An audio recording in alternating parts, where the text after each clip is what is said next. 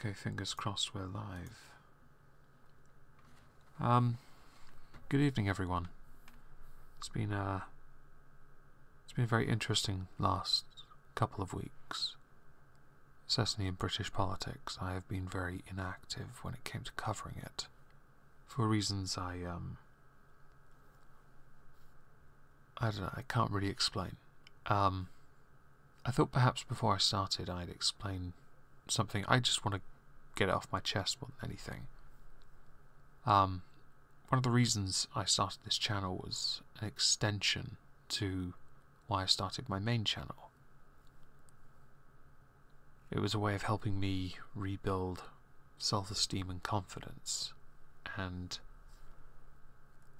it took a while after the first year. It took a while for me to get used to hosting streams. Being a guest on people's streams is hard enough, because then you have to, I guess to an extent, perform. And in honesty, I kind of struggled a bit with that. And hosting especially. Thankfully they're all unlisted, but you can see them on playlists on this channel. Very awkward. Especially the Patreon streams. And so when I went solo and did PMQs, I'd been wanting to do it for a few years. In fact, I'd wanted to call this channel Biscuit Banter, because, yeah, I wanted to do that. And, yeah, I didn't get round to it. I didn't call it that either. Mim Headroom settled on this channel name. It was used, this channel, that is, as a means to not only allow me to dive and delve further into British politics, which are of huge interest to me, especially with the current state of British politics. Brexit is just, it is the single biggest political event for the last 25 years, and recent events have knocked me a little, in such a way that I don't think I'll be streaming as often on this channel for a while. Once a week with Trups is a guarantee, because he can at least carry the stream if I can't. But PMQs, I'm not sure. I want to. I would love to talk about the rise of the Independent Party. A fracture within two big parties to the point where they unify and could possibly outnumber the Labour MPs, which I wanted to talk about last week, but I wasn't quite, wasn't quite there for it. So yeah, I just wanted to sort of mention that this was a way to help me rebuild confidence and self-esteem. And I say that because I spent, after losing my last real job, I was unemployed for about 4 years between then and starting a channel and forcing myself into self-employment because I couldn't find a way out of the situation I was in. There was no alternative. Not that it's improved much since then. I make marginally more money than you would on benefits, and I still can't afford to move out, which is embarrassing, I guess. Tragic in hindsight. So yeah, I started my channel to help myself, and it did. Certainly with what broke me so long ago. Not so nice to be reminded of it. In Parliament's Day, Theresa May gave a statement, so I may as well start on that, about the current state of Brexit. Before that, there were a number of articles that circulated. These articles, they made it quite clear. They felt that the Prime Minister would rule out no deal. She would extend Article 50 to add to this quagmire. Jeremy Corbyn, he yesterday, I believe, finally agreed to a second referendum, which is a bit of a problem, really, isn't it? Because he only did it so his party wouldn't divide further. And what I find interesting about all of that is that in a statement he gave, he stated we need to do more to unify people. We should tackle people's issues and address their problems. while simultaneously saying that those MPs that left his party should stand for re-election in a by-election, which I think is kind of odd or hypocritical. Instead of addressing the reason they left, you instead decide, let's just you know, have a by-election instead. Yeah. Anyway, I've got the video here. So we're going to address Theresa May's statement and also Jeremy Corbyn's response. If we have time, yes, we'll get to Ian Blackford, but he's not a key point. Some of the arguments that Corbyn makes are of interest, and Theresa May does make points that we should certainly talk about for a moment or two. Oh, I need to adjust my microphones. Give me a second. Okay. If the audio quality is any less, can you please let me know? Because I'm too above my head now. Yeah, let's press play on this. Thank you. Order. Statement, the Prime Minister. With permission, Mr. Speaker, I would like to make a statement on the government's work to secure a withdrawal agreement that can command the support of this House. Correction. Command the support of a majority. She doesn't have to get the support of the House, only enough MPs to get it through, so essentially 120 MPs. A fortnight ago, I committed to come back before the House today if the government had not by now secured a majority for a withdrawal agreement and a political declaration. Which is why, you're getting buffering, are you, Davey? I'm sorry to hear that. It's green on my end, though, so I can't help on that one, I'm afraid. It's interesting to note with Theresa here that she is, she's running down the clock now. There is no other way to frame that. She is simply, she's wearing ore, yes. Creative anal beads. She is moving or postponing the meaningful vote, and she's postponing it until mid-March. This is a huge problem now. And I think now that it has been postponed again, you can safely surmise that she is running down the clock. Oh crap, that one. In the 2 weeks since, my right honourable friends, the Secretary of State for exiting the European Union, the Attorney General and I have been engaging in focused discussions with the EU to find a way forward that will work for both sides. The only constructive thing that took place was that Emmanuel Macron, someone universally popular in France right now, has said he would give legal assurances that the backstop would be removed. On the thumbnail for this, you noticed Theresa May and Merkel having some lunch together, or breakfast, or brunch, or something. They were also talking about trying to get that legal assurance, but then considering, even though, and I know she is quite influential, Merkel holds very little power. She may as well be a lame duck chancellor at this moment in time. It's not exactly, it's not worthwhile trying to get her, although Germany itself does have a big influence within the EU. That and France, if they can sway both, then yeah, you can get the majority if they bully everyone else into it. Yeah. And we are making good progress in that work. I had a constructive meeting with President Juncker in Brussels last week to take stock of the work done by our respective teams. We discussed the legal changes that are required to guarantee that the Northern Ireland backstop cannot endure indefinitely. Which is why Juncker has said no. On the political declaration, we discussed what additions or changes can be made to increase confidence in the focus and ambition of both sides in delivering the future partnership we envisage as soon as possible.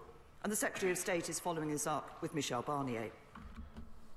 What I find fascinating is that this all sounds very positive, but nothing is actually happening. It now does seem like running down the clock. You can talk about sitting with Barnier, who holds no influence really.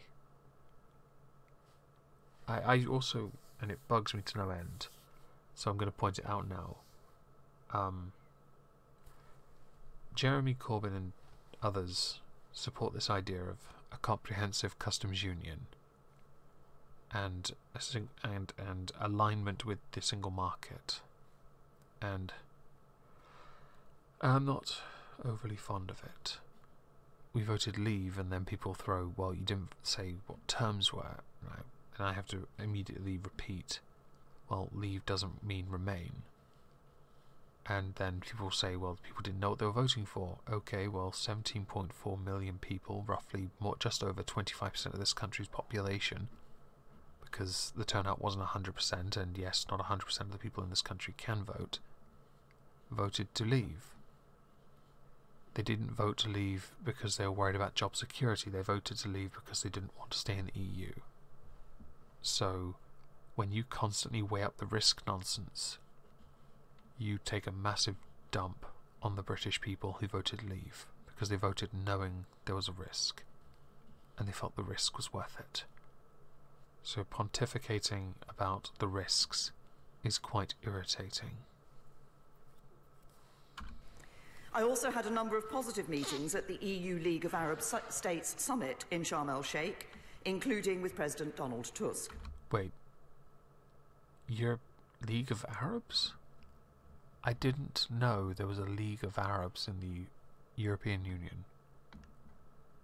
Maybe I've missed something. I've now spoken to the leaders of every single EU member state to explain the UK's position. And a number of them have fobbed you off. I think many of us know what that feels like. And the UK and EU teams are continuing their work, and we agreed to review progress again in the coming days. Well, we only have about, what? Let's see, how many days until we have to leave? Let's have a look. We leave on the 29th of March. So it's 1, 2, 3, 4. Wow, 31 days. That is something. Yeah. Oh, hang on, is it 3 weeks? No, it's 4. 4 weeks.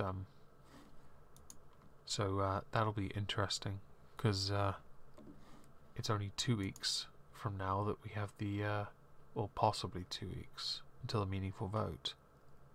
And even if you do somehow manage to get across the line, your deal, you've still got to then get it legislated within 2 weeks, so that we leave on the 29th. As part of these discussions, the UK and EU have agreed to consider a joint work stream to develop alternative arrangements to ensure the absence of a hard border in Northern Ireland.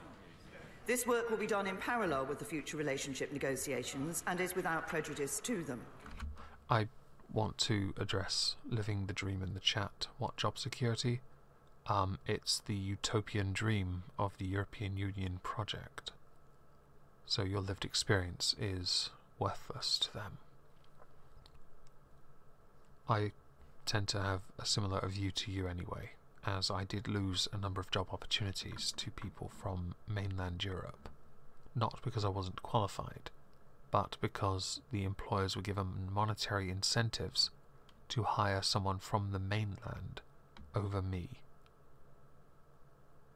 Which I think, when it comes to social cohesion along with individual interpersonal skills, I think it's remarkably negative on the communities and on the individual. Spoken from experience. The Simples comment, no, unless she says it in this statement, or, oh no, hang on. I think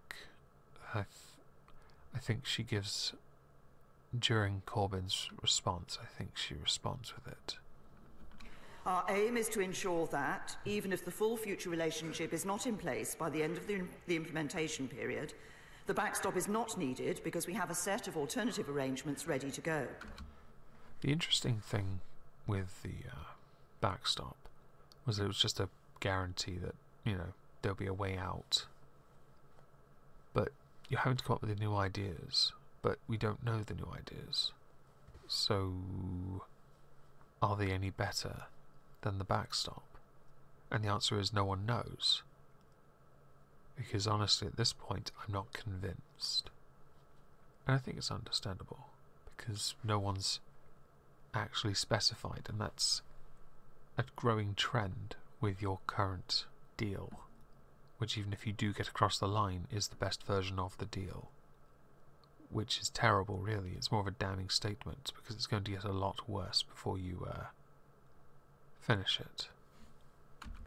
And I want to thank my honourable and right honourable friends for their contribution to this work, and reaffirm that we are seized of the need to progress that work as quickly as possible. President Juncker has already agreed that the EU will give priority to this work. I don't think they have a choice in the matter. You know, it's not like it's worth, I don't know, 250 billion euros to them. And the government expects that this will be an important strand of the next phase. The Secretary of State for exiting the EU will be having further discussions with Michel Barnier, and we will announce details ahead of the meaningful vote. We will also be setting up domestic structures to support this work, including ensuring we can take advice from external experts involved in customs processes around the world, from businesses who trade with the EU and beyond, and of course, from colleagues across the House. I can imagine the comments provided by other countries on the subject of trading with the EU centred around how irritated they were at having to deal with their ridiculous standards, which I actually support. Having high standards, that is.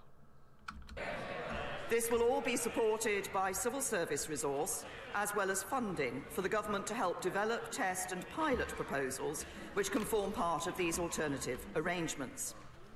Mr. Speaker, I know what this House needs in order to support a withdrawal agreement.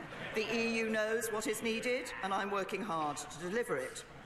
As well as changes to the backstop, we're also working across a number of other areas to build support for the withdrawal agreement and to give the House confidence in the future relationship that the UK and EU will go on to negotiate. This includes ensuring that leaving the EU will not lead to any lowering of standards in relation to workers' rights, environmental protections or health and safety. Does anyone in the chat know how one would go about doing that? Because there is one very, very obvious one. I mean, it not only does that, what she stated, but it also protects jobs, manufacturers, trade. It protects everything.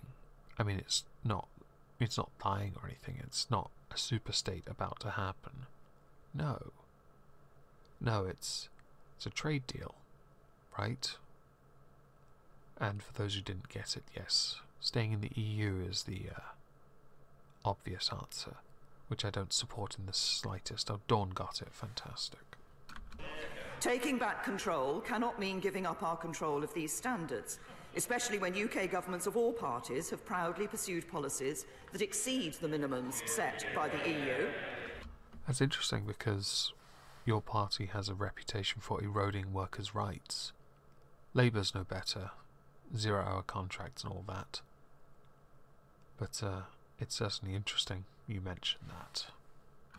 From Labour giving British workers more annual leave, to the Conservatives and Liberal Democrats giving all employees the right to request flexible working. I do want to point out, annual leave, fantastic. Requesting flexible hours. I can't be the only person that thinks that's not quite the same thing, and also not something to brag about, because right to request can easily be answered with denied. My sister, my older sister, has this issue at the moment because she has a 1-year-old and she's trying to get flexible hours. But the majority of employers in this country aren't interested in flexible hours because they are heavily driven by targets and productivity. So it's unlikely she'll get a job with flexible hours because people don't want to hire people who are or could be unreliable because of parental needs. Yes, Davy. We did discuss it back then. I remember that stream very well. Not only would giving up control go against the spirit of the referendum result, it would also mean accepting new EU laws automatically, even if they were to reduce workers' rights or change them in a way that was not right for us. Instead, and in the interests of building support across the House, we are prepared to commit to giving Parliament a vote on whether it wishes to follow suit whenever the EU standards in areas such as workers' rights and health and safety are judged to have been strengthened. Two things. Firstly, my sister would kill you. And, workers' rights, the one thing I do support the EU has is the Work Time Directive. So I would support us enshrining it within our own law, as opposed to just adhering to their laws. Have our own. The government will consult with businesses and trade unions as it looks at new EU legislation and decides how the UK should respond. We will legislate to give our commitments on both non-regression and future developments force in UK law.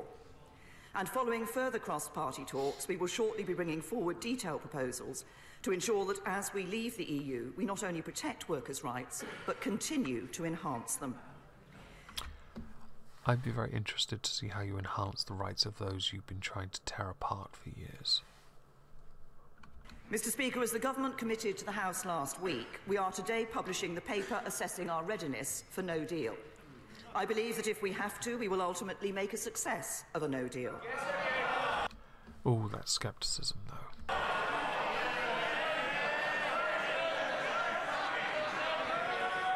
But this paper... Before she talks, a number of you in the chat referenced no deal.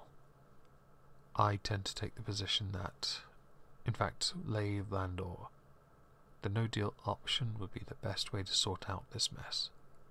I tend to agree, because the deal on the table is trash. It's absolute trash. It's nebulous, and it's weak, and we give up so much for them. In fact, I don't think we can trade internationally based on the deal she has presented. And I don't think that's a good idea. I think if the EU, sure thing, you can lead the country band of us. If the EU want to trade with us, then they should trade with us, and we should hold the negotiating stance, the strong points. I'm more than happy to trade on their sort of standards, but not if it means then we have to obey that throughout everything else and all the other trades we have. We shouldn't have to keep paying into something we're not a member of, and yet the divorce bill would imply 3 years' worth. I don't support that. I do a bad deal so we leave without, World Trade Organization rules. I'd support WTO rules if all else failed. But this paper provides an honest assessment of the very serious challenges it would bring in the short term, and further reinforces why the best way for this House to honour the referendum result is to leave with a deal. It's just a shame that your deal is trash. I committed to the House, the government will today table an amendable motion for debate tomorrow. But I know members across the House are genuinely worried that time is running out. Before she continues, what are World Trade Organization rules? They are the rules everyone else agrees with and to when they trade around the world, except the EU. That if the government doesn't come back with a further meaningful vote, or it loses that vote, Parliament won't have time to make its voice heard on the next steps.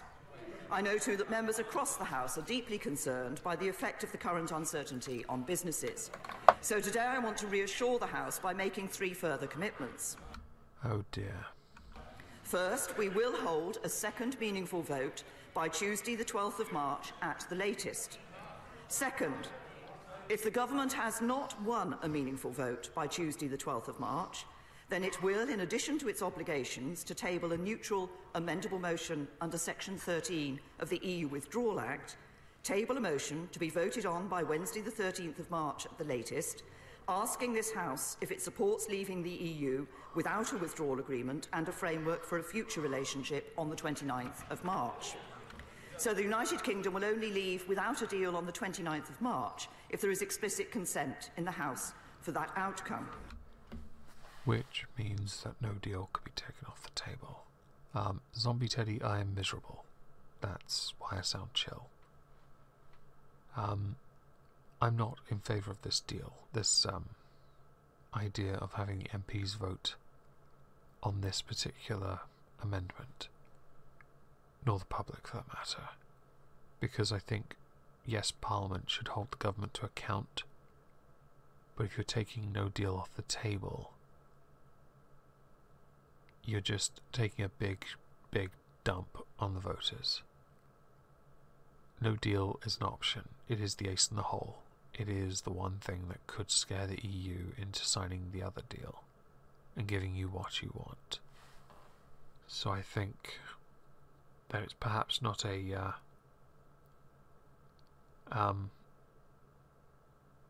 that's a good point, Prospero. You know, I lost my point. I'm going to carry on. Third,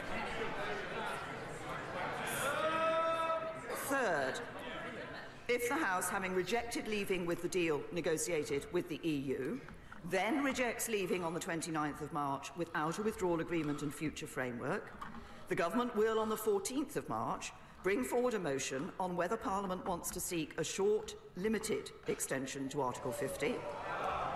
And if the House votes for an extension, seek to agree that extension approved by the House with the EU. Which they won't. And bring forward the necessary legislation to change the exit date commensurate with that extension. It's worth pointing out that if the EU says no, which they have every reason to do so, we crash out regardless. You can vote against no deal, but if you don't get it, then you're fucked. We crash out without a deal, that's it. There are already a plethora of articles trying to scare the public by telling them that food prices will skyrocket, cost of living will soar into the skies, food will be scarce like Venezuela scarce. And I think this is not... I get why you're doing it. It's clickbaity like many content creators and their thumbnails. But you are journalists. Your job is to pass over the news. And you're not. You are being intellectually dishonest for clicks and subscriptions. It's sad, really.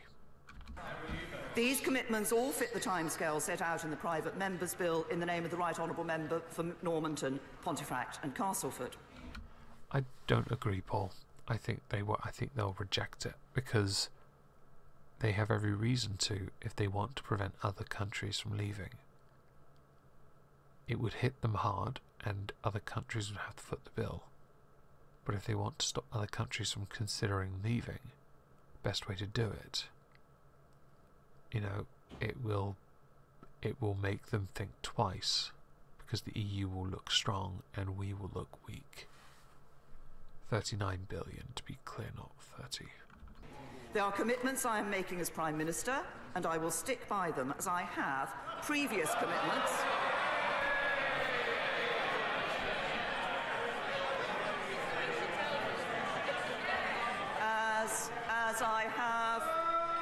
As I have previous commitments to make statements and table amendable motions by specific dates.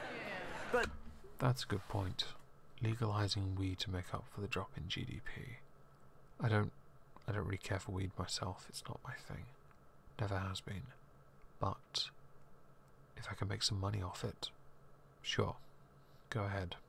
Tax the fuck out of it. Get rid of the junkies that live near me that constantly pester me.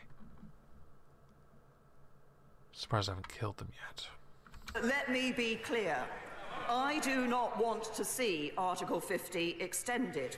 Our absolute focus should be on working to get a deal and leaving on the 29th of March. I'm kind of looking forward to the 29th of March. Maybe I'll stream then. Maybe. A celebration. D-Day. Be kind of fun. Who knows? I'm very interested to see if we're able to get a deal. But since the deal she's trying to get is this deal, you know, it's not something I support either. So all I see is her running down the clock and also me supporting no deal. An extension beyond the end of June would mean the UK taking part in the European Parliament elections. What kind of message would that send to the more than 17 million people who voted to leave the EU nearly 3 years ago now? If we leave the EU and we have a bunch of MEPs signed up for another however many years their parliament runs for, do they stay in as MEPs for the whole time, or just until we leave? I mean, we're paying for the implementation period, so I'm assuming we get those 3 years as well, or 2 years. I'm very curious on that. I do think it's in poor taste to have new people stand for elections in a parliament they will have no voice in. No reason to have a voice. They'll essentially be collecting fat salaries, hefty expenses, and not doing a thing. Which many people, many casuals in Britain would argue is what MPs do. Obviously that's not true, but it is a regularly touted point about how lazy they are. And the House should be clear that a short extension, not beyond the end of June, would almost certainly have to be a one-off. If we had not taken part in the European Parliament elections, it would be extremely difficult to extend again. So it would create a much sharper cliff edge in a few months' time. An extension cannot take no deal off the table. The only way to do that is to revoke Article 50, which I shall not do. SMPs were cheering for that. Or agree a deal. Now, I've been clear throughout the process that my aim is to bring the country back together. Good luck with that.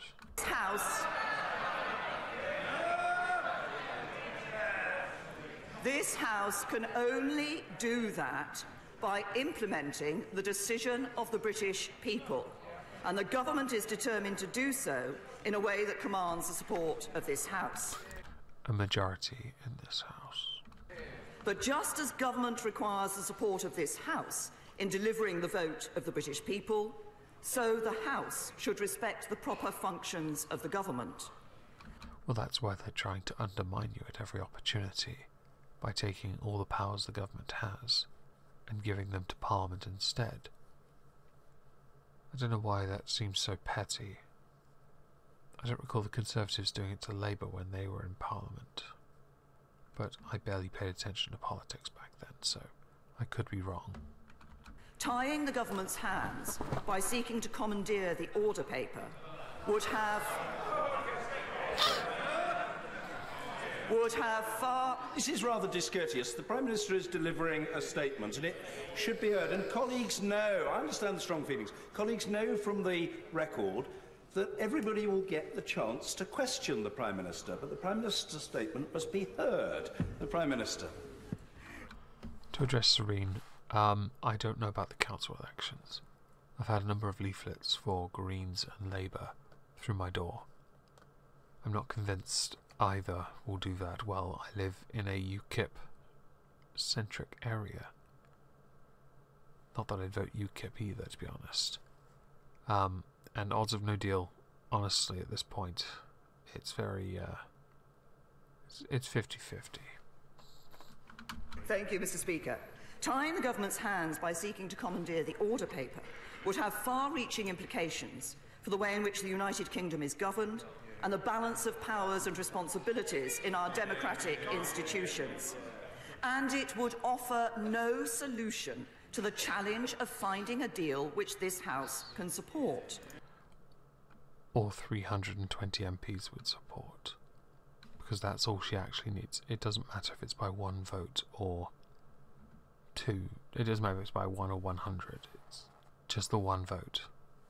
So it's not a majority, it's just over the line. Neither would seeking an extension to Article 50 now make getting a deal any easier.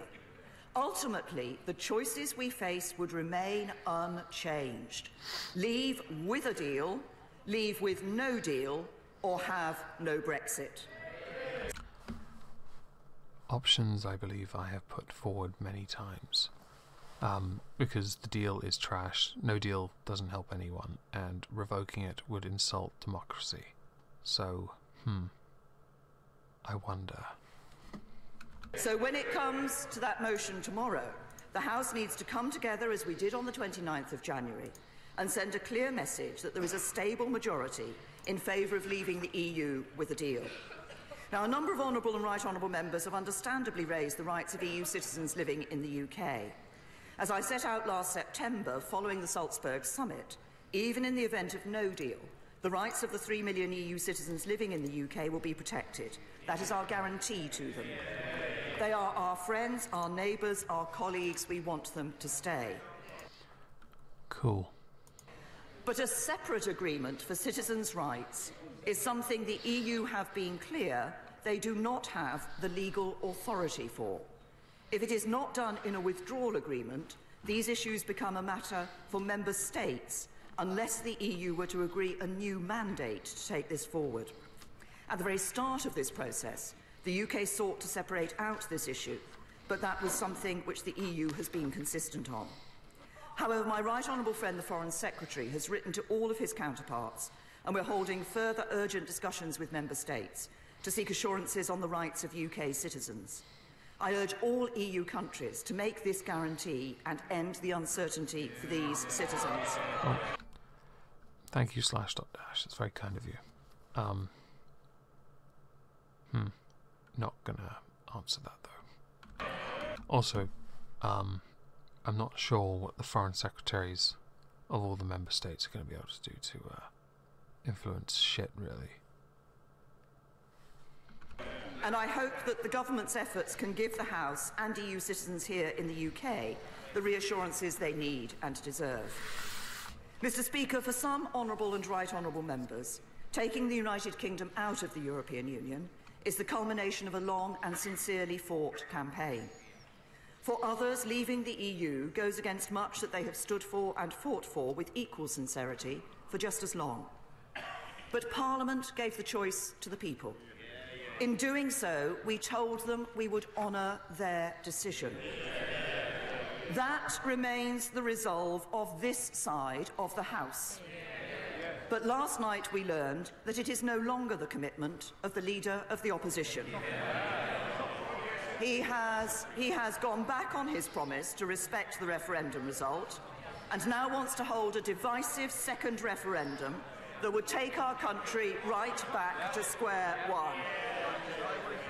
Anybody who voted Labour at the last election because they thought he would deliver Brexit will rightly be appalled. I tend to agree. Let's face it.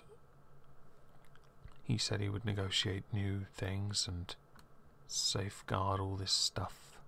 And look what he's actually done. He is reneging on that to protect his party. Because he's afraid of losing more MPs. Because he's that desperate for power. His integrity he's given up on. Very well, Anne. This House voted to trigger Article 50, and this House has a responsibility to deliver on the result. The very credibility of our democracy is at stake. By leaving the EU with a deal, we can move our country forward. Even with the uncertainty we face today, we have more people in work than ever before. Only because the population's gone up, not because of like more... No, it's not what she says it is. Wages growing at their fastest rate for a decade. Only because of austerity. And debt falling as a share of the economy. Many would argue as a consequence of austerity.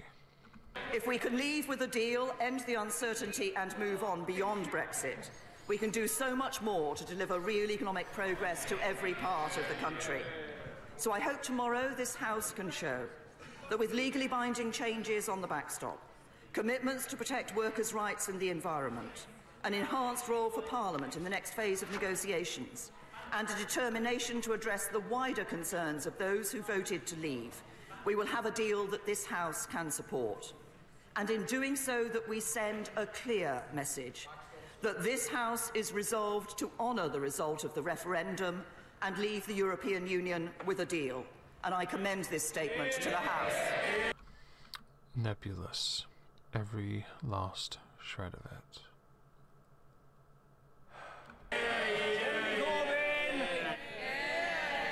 Thank you, Mr. Speaker. I would like to start by thanking the Prime Minister for an advance copy of her statement.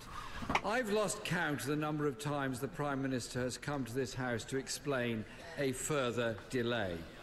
They say, Mr. Speaker, history repeats itself, first time as tragedy, second time as farce.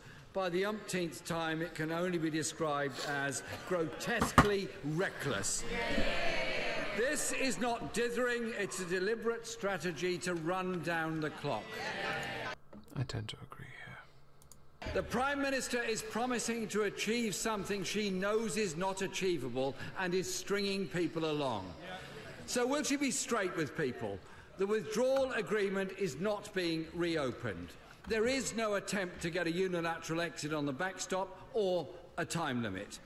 In Sharm el-Sheikh, the Prime Minister said, and I quote, "A delay in this process doesn't deliver a decision in Parliament, it doesn't deliver a deal."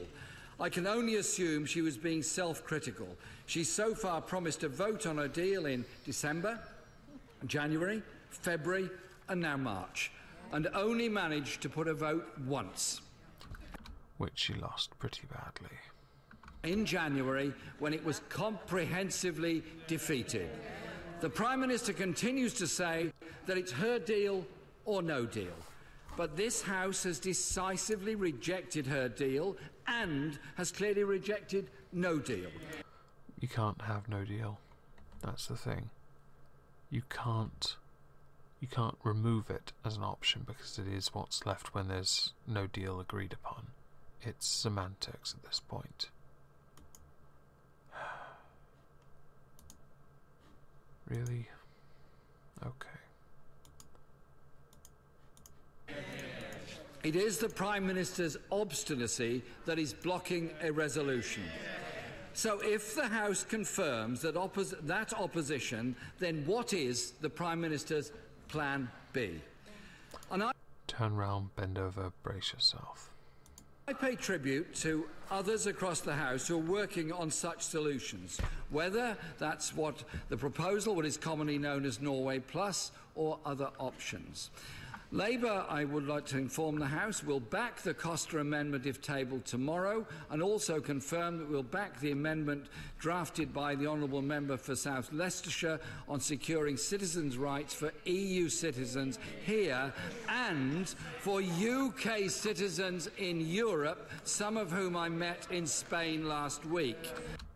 I thought the position of the government was to protect workers' rights in both continental Europe and in the UK for those who were of each way, European people here and UK people over there. Everyone agreed to this. Why is this not already written in legislation or something? The Prime Minister has become quite the expert at kicking the can down the road. But the problem is the road is running out, and the consequences of running down the clock are evident and very real for industry and for people's jobs. For now, the Prime Minister states the can can be kicked until the 12th of March, but the EU cannot ratify any deal now until its Leaders' Summit on the 21st of March. After all, Section 13 of the EU Withdrawal Act states that the final agreement is laid before this House before it can be voted on. So can the Prime Minister confirm how can there be a vote in this House if the EU has not yet agreed any final exit? Or is the Prime Minister now saying that there will be no change to either the withdrawal agreement or to the political declaration, and so will we be voting again on the same documents? Every delay, every bit of badly made fudge just intensifies the uncertainty for industry, business investments being held back, jobs being lost, and yet more jobs being put at risk. But people voted for this. They voted to leave the EU. Simple fact. They voted to, well, walk away from this, which meant there was a risk. The people supersede, or the will of the people supersedes business. It supersedes investment. That sounds probably naive on the face of it. But that's what they did. And you have to live with the consequences rather than say, ah yes, but you didn't know this. This is risky, and we don't do risky. We like strong and stable and certainty. Because that's like totes the best thing ever. The real-life consequences of the Prime Minister's cynical tactics are being felt across the country. Factories relocating abroad, jobs being lost, investment being cancelled, thousands of workers at sites across Britain's towns and cities are hearing rumours and fearing for the worst. The responsibility for this lies exclusively with the Prime Minister and her government's shambolic handling of Brexit. I don't think any government would have got this right. Because you have to respect that it was such a divisive vote, and Leave won. But no one in that chamber that isn't considered far-right extremist. Thank you, Vomit Sausage. Well, I'm fine for now. That isn't considered a far-right extremist within the Conservative Party is in power. Simple fact. You have Remainers predominantly on the front bench. You have Remainers predominantly in that room.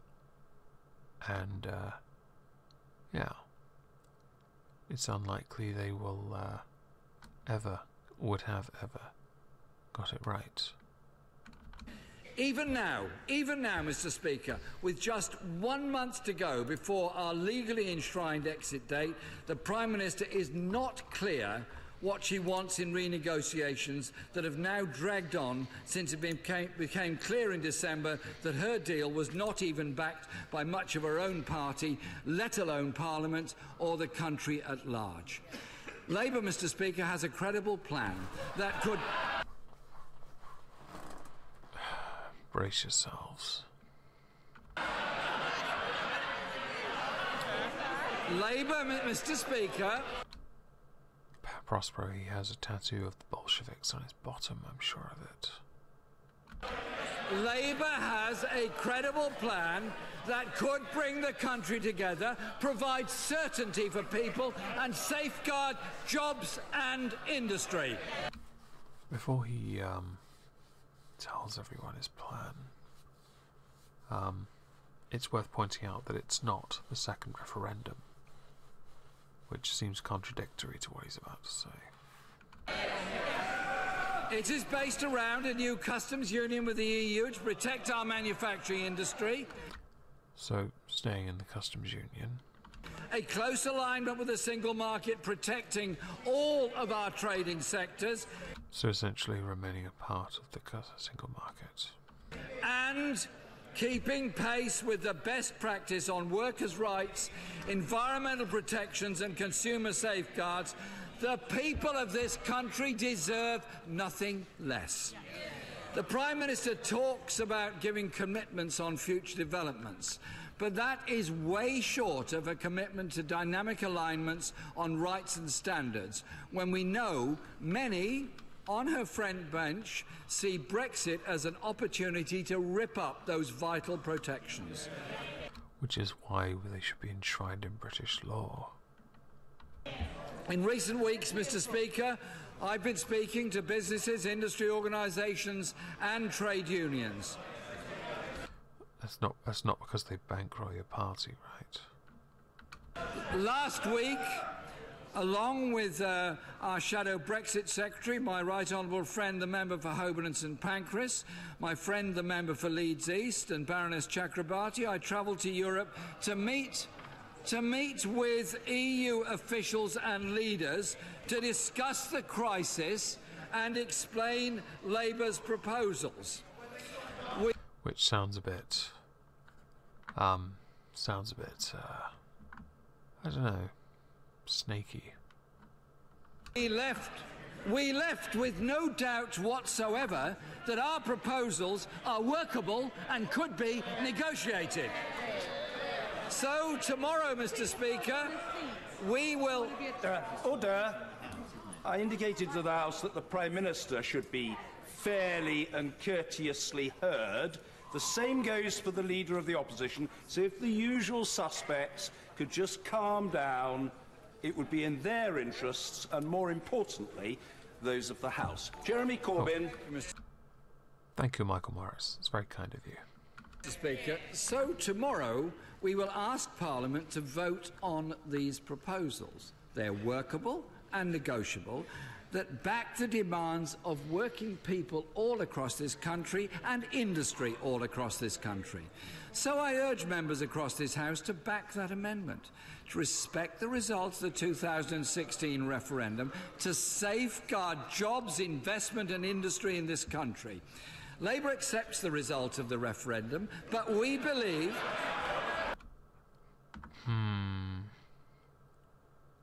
Press F to doubt.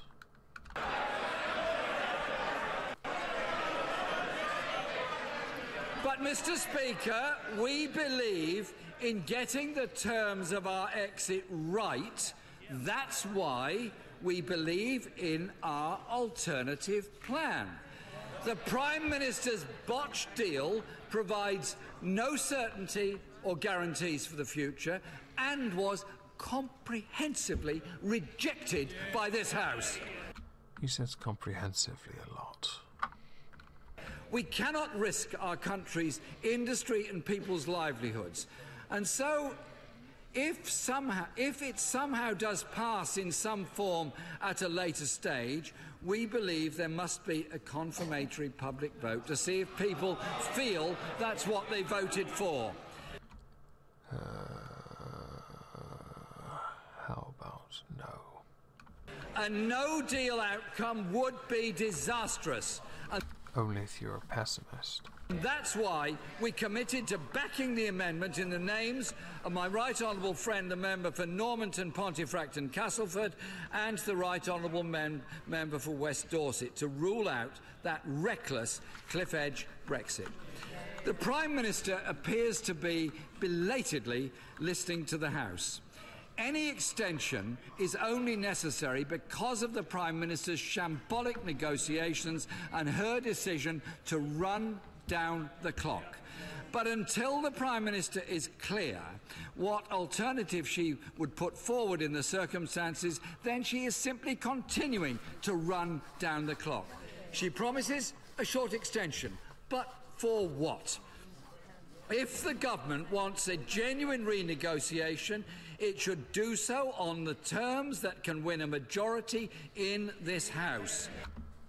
But to do that, they would have to go against the will of the people, which would be counter, because most MPs are Remainers. And that would be very... well, that would be career suicide. On terms backed by businesses and unions that are contained within Labour's amendment, which I urge the whole House to back tomorrow. Prime Minister! Thank you. I can't be asked with this anymore. As far as I'm concerned, it's all bollocks, really, isn't it? And, yeah, it's a mess. I'm not going to waste my time with the paper fiddler. And the response. She does say simples. It's memed all over Twitter. Perhaps I'll go find it. Give me a second.